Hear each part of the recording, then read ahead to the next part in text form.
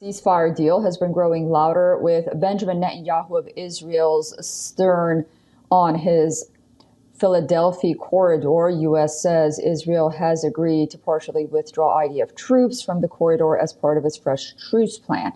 Our next report gives you all the details.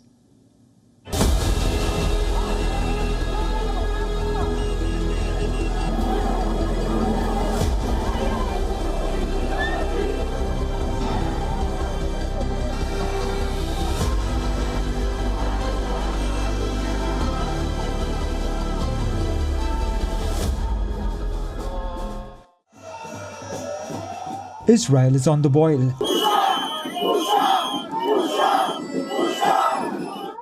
The streets are echoing voices demanding an immediate truce deal with Hamas.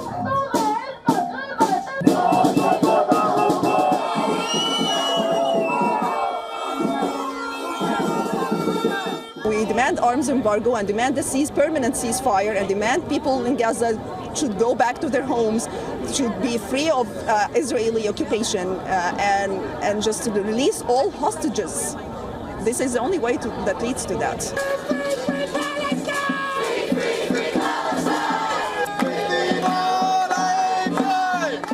Many blame Prime Minister Netanyahu for delaying the hostage deal.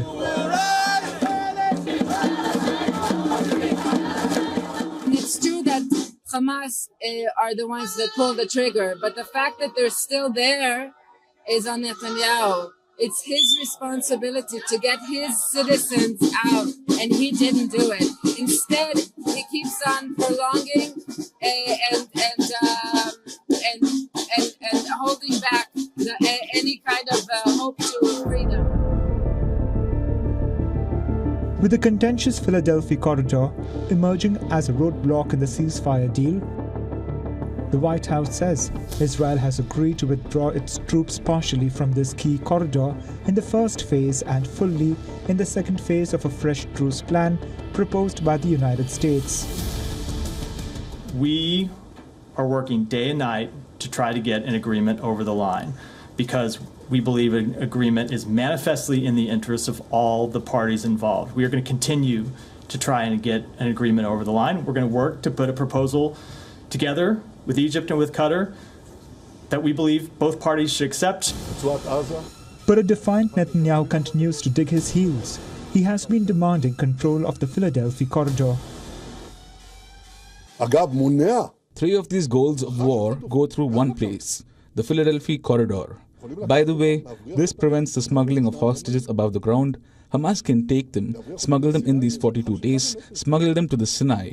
It's a distance of a few meters. They cross the fence and they disappear. They can then appear in Iran or Yemen. No way. Many officials, including Defense Minister Yoav Gallant, says Tel Aviv should relinquish the corridor to bring back around 100 hostages still held in Gaza.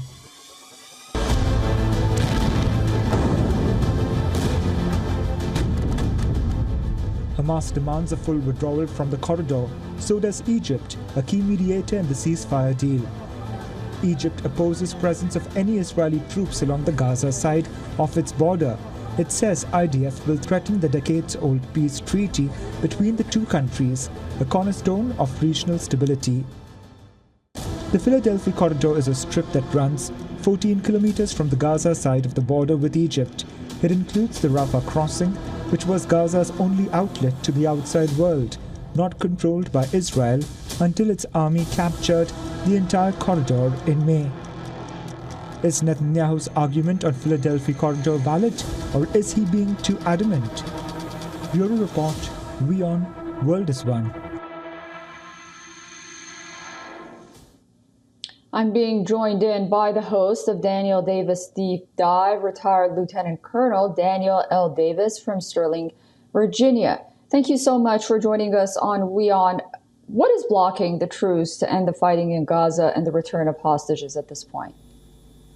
Well, I think when you look at all of the factors involved, it's hard to come to any other conclusion than it's Benjamin Netanyahu who doesn't want a negotiated settlement. He doesn't want a ceasefire, which could lead to that. He wants a military victory. He's been very equivocal or unequivocal of saying that from the beginning. And you see with their actions that all going back to, I think it was back in April or May when they destroyed an Iranian embassy in Syria, when they assassinated the chief negotiator for the Hamas side in Tehran a month or so ago. We're still waiting to find out what Iran may do on that, and continues to make a lot of comments, warlike comments about possibly going into Hezbollah, into southern Lebanon there to potentially spread the war to there. By all accounts, it appears that Netanyahu wants to, quote, finish the job in the Gaza Strip, meaning completely destroy Hamas, not negotiate with them. He wants to destroy them and then worry about negotiated settlement later, or worry about the hostages later. But those things are at cross purposes. And if you seek to only destroy Hamas, and that means continue to kill a lot of people in the Palestinian areas of Gaza, then you're not going to get the hostages back, because to get something, you have to give something. And so far, Netanyahu has not been willing to give something. And can you talk about the Philadelphia corridor? How necessary is it for Israel? And that seems to be a sticking point in negotiations. Well, it does, and I think that that's part of the evidence that Netanyahu doesn't want a ceasefire, because what he claimed in that clip you played just a second ago was that, we have to control this, otherwise they will take the hostages out over the fence and all this kind of stuff.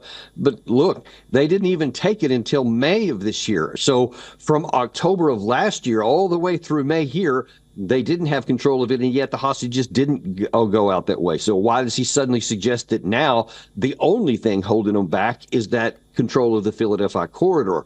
And of course, you have Egypt on the other side saying, we have an agreement, we have a peace treaty that prevents you from doing this, and that's our job to continue to do that, etc. So there are other ways that Israel could assure the security. There's creative ways if you're willing to take it. But if you don't want a ceasefire, then you stick on something and not willing to be budging on it, especially when that, by all accounts, is the primary roadblock to a ceasefire.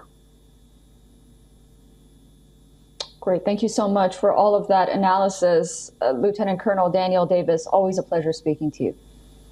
Thank you. For all the latest news, download the WION app and subscribe to our YouTube channel.